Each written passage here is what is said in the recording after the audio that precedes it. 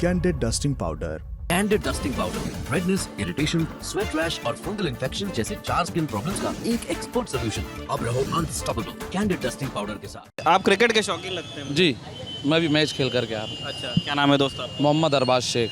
जी जी जी। ये मैं इनसे पूछ रहा था, आपके दोस्त लूम में काम करते हैं, मैंने पूछा कि लूम का डिक्लाइन कैसे हो भिवंडी में, तो वो बता नहीं पाया। आप बताना चाहेंगे? देखिए, भिवंडी जो है वो इंडिया का मैनचेस्टर कहलाता है, ठीक है।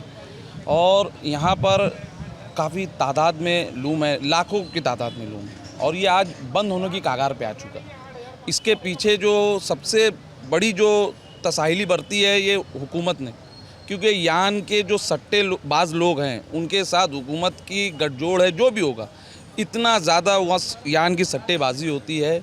उसके बाद धागे पे सट्टा लगता है। जी, सट्टेबाजी होती है, कोई नियंत्रण नहीं है उस पर। आज अगर आपने मुझसे, अगर मैं यान का ट्रेडर हूँ, आपने मुझसे भाव लिया, 10 मिनट के बाद वो 10 रुपया बढ़ जाएगा, 20 रुपया बढ़ जाएगा, कुछ नहीं मालूम साहब। और फ़ोन भी करते हैं तो सीधा यही बोलते हैं ट्रेडर के अभी ये भाव है, 5 मिनट के बाद ये भाव हो जाएगा। मतलब 5 शेयर बाज़ार के जैसा मामला हो गया है।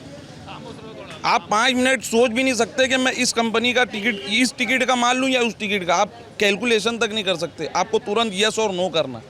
उसके बाद आपने ले लिया, आपने कपड़ा तैयार किया मेहनत करके। उसके बाद अभी कपड़े का हाल ये हो गया है, जो MSME के तहत जो कारोबार आ रहे हैं, अभी जो नया सर्कुलर आया है जो 1 अप्रैल 2024 से लागू हुआ है, जो 45 दिन में जो भुगतान करने का है, ये उधारी का धंधा है साहब। यहाँ 90 दिन से 6 महीने की उधारी होती है, आप 45 दिन पे ले आए हैं। और रिटेल मार्केट में जो है इतना तेज़ नहीं काम होता, रोलिंग नहीं घूमती है, वहाँ उधारी चलती है। आज कपड़े वाले कपड़े लेने को तैयार नहीं है। जैसे इन्होंने अभी कहा कि 10 रुपये का कपड़ा 9 रुपये में भी नहीं ले रहे हैं। 1 रुपया अंडर कॉस्ट जाने के बाद भी पर मीटर नहीं ले रहा है कोई। जब अगर हुकूमत इस पर ध्यान नहीं देगी, ये कारोबार बंद हो जाएगा। जिस तरह किसान आत्महत्या कर रहे हैं, उसी तरह टेक्सटाइल के जो हम जैसे लोग, जो हम भी आत्महत्या कर रहे हैं, हम कर्जे में डूबते चले जा रहे हैं। ये कारोबार बंद हो जाएगा साहब। ये मैं नहीं, ये पूरे भिवंडी की आवाम कहेगी। आप कोई एक आदमी बताइए, कोई नहीं बोलेगा, बस सब कर्जे में लूम चला। जैसे किसान कर्जा ले करके भी खेती बाड़ी करता है, उसको मालूम है नुकसान हो रहा है, लेकिन वो मजबूर है, उसके पास दूसरा काम नहीं है, तो क्या करें। उसी तरह हम भी, हमको मालूम है हमारा नुकसान हो रहा है, लेकिन हम क्या करेंगे, हमको वो काम करना है। हम अपने बच्चों का पेट कैसे पालेंगे। दूसरी चीज़, हुकूमत ने 2 चीज़ें सबसे महंगी करके रखी हुई। पहली चीज़ शिक्षा और दूसरी मेडिकल। ये 2 चीज़ें जो हैं एकदम असुविधाएं हो गई, इसमें आसानी नहीं है। यही 2 चीज़ में आदमी टूट जा रहा है, एक अपने बच्चों को पढ़ाने में और एक फैमिली का मेडिकल के लिए। होना तो ये चाहिए था कि शिक्षा फ्री हो, मेडिकल फ्री हो कम से कम, ताकि इसके अलावा आदमी, आज इन्होंने बताया ना 12-15 हज़ार रुपया नौकरी करके आदमी क्या कर चलाएगा, आप बताइए ना मुझको। और ऊपर से टोरेंट पावर 5,000-6,000 रुपये का बिल दे रहा है। यही ज़्यादा दूर नहीं है, 10 किलोमीटर दूर थाने सिटी में जो हम 14 रुपया पर यूनिट दे रहे हैं, वहाँ पे 7 रुपया पर यूनिट के हिसाब से चार्ज किया जा रहा है। इतना क्या वजह है भिवंडी में महंगी बिजली की? महंगी बिजली, फिर मैं वही कहूँगा कि ये जो हो रहा है, इनकी काला बाजारी है। और आप लोग बता रहे हैं कि यहाँ लूम की प्रॉब्लम है, आप एक बिजली कंपनी से परेशान है, वो बिजली कंपनी कहती है कि आप लोग चोर हैं, आप लोग कहते हैं कि वो लोग क्या नाम 5-5 हज़ार के बिल दे रहे हैं, आप लोग बता रहे हैं कि शिक्षा की यहाँ पे तकलीफ समस्या है, हेल्थ की समस्या है। मुझे बताइए कि इस चुनाव में जो 2024 का लोकसभा चुनाव हो रहा है भिवंडी लोकसभा में, क्या आपको ये सारी बातें सुनाई आ रही हैं जो आपके लीडर्स हैं, चाहे वो सुरेश मात्रे हों, चाहे वो आप कपिल पाटिल हों, इनमें से किसी ने जेन्युइनली, कार्यकर्ता वाला जवाब नहीं चाहिए मुझे, ये तमाम जो मुद्दे हैं, एक ये तमाम मुद्दे जो हैं, ये सिर्फ इलेक्शन के वक्त ही सुनाई देते हैं। अगर चुन करके प्रतिनिधि आ जा रहा है ना, उसके बाद कोई नहीं सुनता। बाकायदा ये बोला जाता है कि भाई ये मीटर मत लेके आओ, टोरेंट पावर का मीटर मत लेके आओ, ये मीटर। अभी आदमी क्या लेके जाएगा। जो मामलात हैं, जो मुझको तकलीफ है, मैं मेरे नेता से वही चाहूँगा ना कि उसका समाधान मिले। अब मैं किसी के पास जा रहा हूँ, वो कहता भाई टोरेंट का मीटर मत ला, क्यों नहीं ला।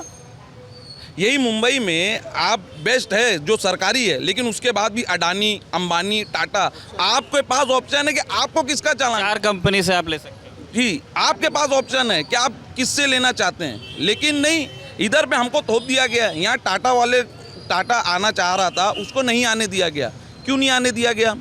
ये जब 2007 में ये कंपनी आई है उस वक्त महाराष्ट्र स्टेट में कांग्रेस की सरकार थी, तो बीजेपी ने इसके खिलाफ बहुत ज़्यादा बोला कि कांग्रेस ने लाया, कांग्रेस ने लाया। ठीक है, जब बीजेपी की सरकार आई 2014 में, सॉरी, हाँ, जब इसका ख़त्म हो रहा था 17 में, सॉरी माफ़ कीजिएगा, 17 में 10 साल का एग्रीमेंट था इसका, 10 साल का एग्रीमेंट था शुरुआती।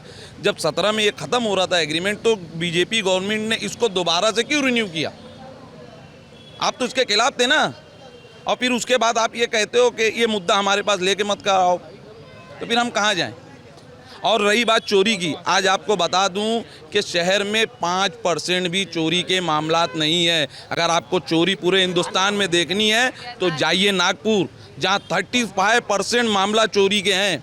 आप नागपुर जाइए, ये तो आप गूगल करिए अभी, हिंदुस्तान में सबसे ज़्यादा पावर चोरी कहाँ होती है? नागपुर जाइए।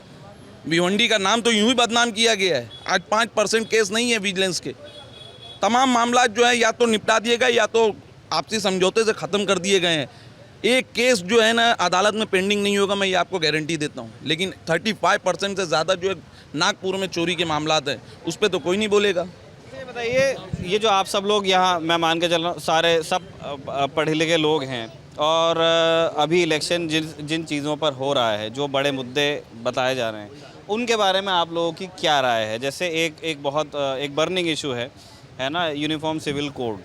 भारतीय जनता पार्टी लगातार अपने मैनिफेस्टो में रखती आई है, उनका बहुत पुराना पोल प्रॉमिस है, वो 370 राम मंदिर और यूसीसी 2 चीज़ें हो चुकी हैं, वो तीसरी चीज़ें करने का उनका इरादा है। उस चीज़ को लेके आप लोग क्या सोचते हैं? हमारा मुल्क हिंदुस्तान ये एक सेकुलर मुल्क है, ठीक है। यहाँ पे भिन्न भिन्न प्रकार के जो है मज़हब हैं या धर्म हैं कह लीजिए। आप एक तरह का किसी मज़हब के फॉलोअर को आप दूसरे मज़हब का या एक थोप नहीं सकते कि आपको ऐसे ही रहना है। आप अगर पैंट शर्ट पहनना चाहते हो, एक मैं मिसाल दे रहा हूँ, तो आप पैंट शर्ट ही पहनोगे। मैं आकर आपको ये नहीं बोलूँगा कि आप धोती पहनो, आप कुर्ता पहनो। उसी तरह आप भी मुझको आकर के नहीं बोलेंगे कि सर आप ये पहनिए या वो पहनिए। अब ये बात रही है। दूसरी बात एनआरसी की मैं बात करना चाह रहा हूँ। एनआरसी सीए का जो मैटर हुआ था, उसमें ये कहा गया कि बाहर के जो है, जैसे पाकिस्तान है, बांग्लादेश है, वहाँ के हिंदुओं को ला करके बसाया जाएगा, उनको हिंदुस्तान की शहरियत दी जाएगी। 5 धर्म, गैर हिंदुओं से मुराद मेरा, सॉरी माफ़ कीजिएगा, गैर मुस्लिम मैं कह देता हूँ कि जो मुसलमान नहीं है उनको लाया जाएगा, ठीक है। आप उनको ला के बसाएंगे, उनके लिए शिक्षा का इंतज़ाम करेंगे या जो भी उनकी सहूलत का। मैं बोलता हूँ सर, जो पहले हिंदुस्तान में जो पहले से रहे हैं, पहले उनका तो करिए। बाहरी आप क्यों ला रहे हो? पहले हम जो यहाँ पे रह रहे हैं, पहले हम लोगों को तो नौकरी दीजिए, हम लोगों को तो शिक्षा दीजिए। बाहर वाले कौन होते हैं? उनका हमारे यहाँ क्या काम? हम यहाँ पे बाय चॉइस है, बाय चांस नहीं है, ठीक है। हम यहाँ अपनी चॉइस से, अपनी खुशी से यहाँ पर हैं।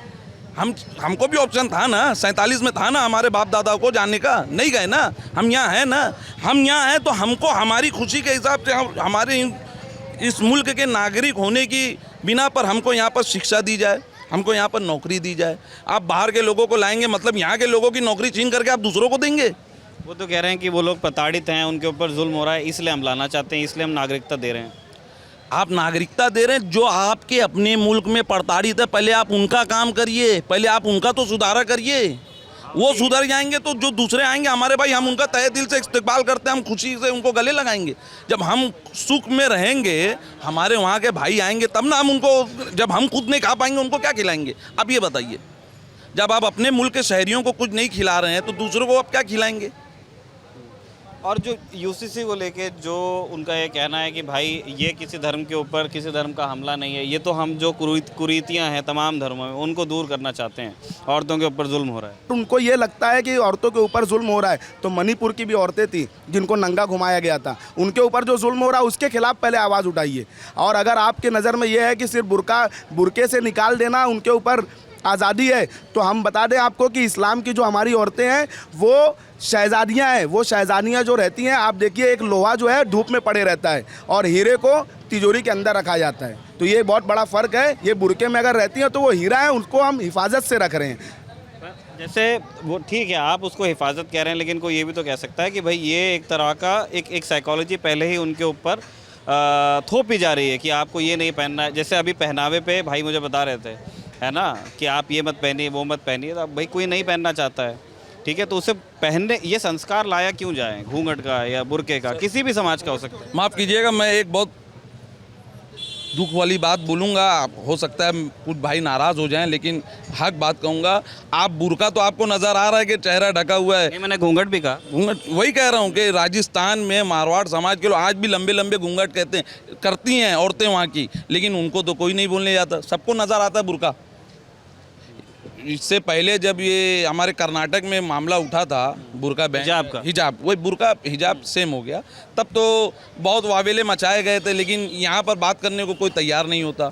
और औरतों की क्या बात करेंगे, हाथरस रेप कांड जो हुआ उस पर आप कुछ बोलने को तैयार नहीं है। कठुआ आसिफा अली की जो बेदर्दी से उसकी रेप करके हत्या कर दी गई, उस पर कोई नहीं बोलने। वो कहते हैं प्रॉपर्टी राइट्स नहीं है इस्लाम में बराबर, इसीलिए मतलब यूसीसी की ज़रूरत है ताकि बराबरी से प्रॉपर्टी बटे। सर सबसे पहले औरतों को प्रॉपर्टी राइट्स इस्लाम ने ही दिया है, हिस्सेदार बनाया है। आप मानते हैं कि उसमें सुधार होना चाहिए? शरीयत के हिसाब से अगर आप मानते हैं कि उसमें सुधार होना चाहिए?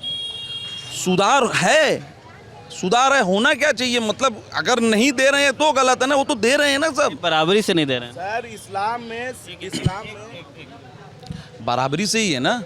आप बताइए, तिहाई तिहाई तिहाई नहीं, लड़का और लड़की का मामला है, लड़का और लड़की का मामला है, और दूसरे किसी मज़हब या धर्म में बताइए जो दे रहे हो, दूसरे किसी मज़हब में बताइए ना आप। यहाँ तो हमारे बाय डिफ़ॉल्ट हमारे शरीयत के हिसाब से तो है ही, दूसरे और मज़हब का बताइए। इतना होने के बाद भी तो लोग नहीं दे रहे हैं। उनका कहना है कि भाई इसी तरह जैसे पहले हिंदू समाज में नहीं था, ठीक है, प्रॉपर्टी राइट्स का कोई मतलब इस तरह से कोई विधिवत परंपरा अलग अलग, दया भाग मिताक्षर अलग अलग चल रहा था। फिर उन्होंने एक कोड बिल बनाया कि नहीं ये तो बराबर बटेगा, चाहे जैसे भाई बहन हैं, कोई एग्जाम्पल अगर वो तो उनमें बराबर बटेगा, अगर 1 एकड़ है तो आधा दोनों को चला जाएगा। ये अभी मुस्लिम परिवारों में नहीं हो पा रहा है, नहीं हो रहा है। शरीयत हम जो चलते हैं, हमारा जो मामला शरीयत के हिसाब से, हम शरीयत के हिसाब से अपनी बहनों को बराबर हिस्सेदारी दे रहे हैं।